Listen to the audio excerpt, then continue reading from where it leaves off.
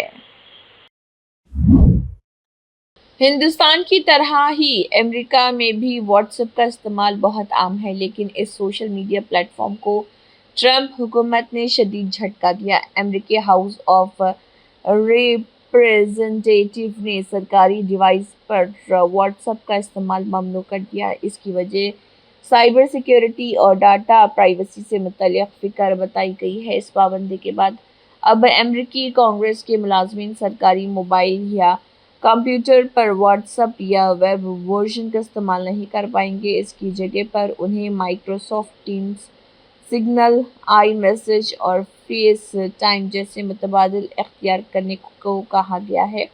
یہ فیصلہ what's app کے لیے بری خبر ہے، حالانکہ اس سے عام شہریوں پر کوئی اثر نہیں ہوگا، یعنی عام شہری حسب سابق واٹس ایپ کا استعمال کر سکتے ہیں۔ پھر بھی ٹرمپ حکومت کے فیصلے سے واٹس ایپ کی شبیہ کو خاطر خواہ نقصان پہنچنے کا امکان ہے۔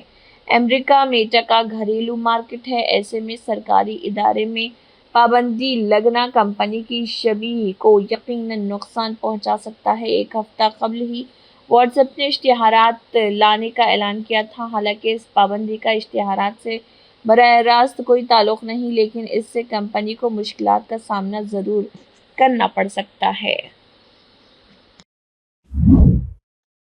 ممبئی، سورت، رائے گڑھ، مہاراشٹر اور گجرات میں جاری موسلا دھار بارش نے عام زندگی کو مفلوج کر کے رکھ دیا۔ ممبئی، سورت اور رائے گڑھ میں شدید بارش کے باعث نہ صرف سڑکوں پر پانی بھر گیا بلکہ آمد و رفت میں بھی زبردست رکاوٹیں آ رہی۔ سورت میں مسلسل 2 دنوں سے ہو رہی بارش نے حالات مزید خراب کر دیے اور پونا پروت گام، ورجھا، کپودرا، کٹار گام اور ویدروڈ اور جہانگیر پورہ جیسے نشیبی علاقوں میں پانی جمع ہونے کے سبب لوگوں کو سخت دشواری کا سامنا ہے۔ سڑکیں پانی سے لبریز ہو چکی ہیں اور ان کی حالت کسی تالاب جیسی ہو گئی ہے، اور باردولی کے آشا پوری مندر کے آس پاس بھی پانی بھر گیا ہے، جس سے مقامی لوگوں کی زندگی درہم برہم ہو گئی۔ دیپ نگر میں کئی گھروں اور دکانوں میں پانی گھس گیا۔ گجرات کے تاپی ضلع میں صبح سے ہی جاری موسلا دھار بارش نے ویارا، والود، باجی پورہ اور سونگڑھ جیسے علاقوں کو متاثر کیا۔ والود کے قریب کلما کووی اور وانسکووی ماڈی کے بیچ نالے کا پانی سڑک پر آ گیا، جس کی وجہ سے لوگوں کو سفر میں دشواری پیش آ رہی۔ پی ڈی پی سربراہ اور جموں کشمیر کی سابق وزیر اعلیٰ محبوبہ مفتی نے ایران کی جم کر تعریف کی ہے۔ انہوں نے کہا کہ اسرائیل کے ساتھ لڑائی کے بعد مسلم ملکوں کے درمیان ایران کا قد کافی بڑھ گیا ہے۔ اس نے اسرائیل اور امریکہ کو اس کے گھٹنوں پر لایا ہے۔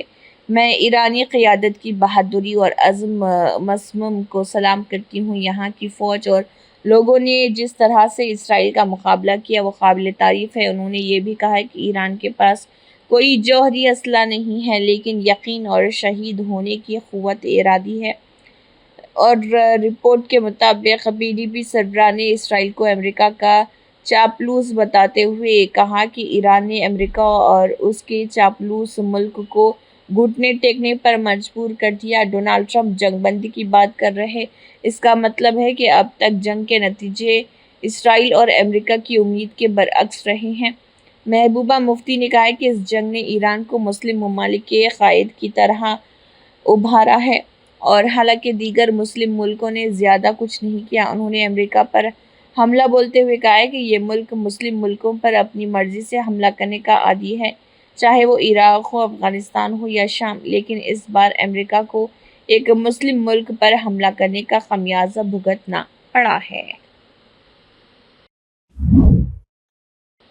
انڈیگو ایئر لائن نے اعلان کیا ہے کہ مشرق وسط میں بڑھتے ہوئے جغرافیائی سیاسی تناؤ کے پیش نظر احتیاطاً بند کی گئی پروازیں اب مرحلہ وار دوبارہ شروع کی جا رہی۔ اس اعلان کے مطابق مشرق وسط کے کئی ایئرپورٹس جیسے دبئی، دوحہ، جدہ، مدینہ، ابوظہبی، کویت، مکہ، شارجہ اور دیگر مقامات پر پروازوں کا سلسلہ احتیاطی تدابیر کے ساتھ بحال کیا جا رہا۔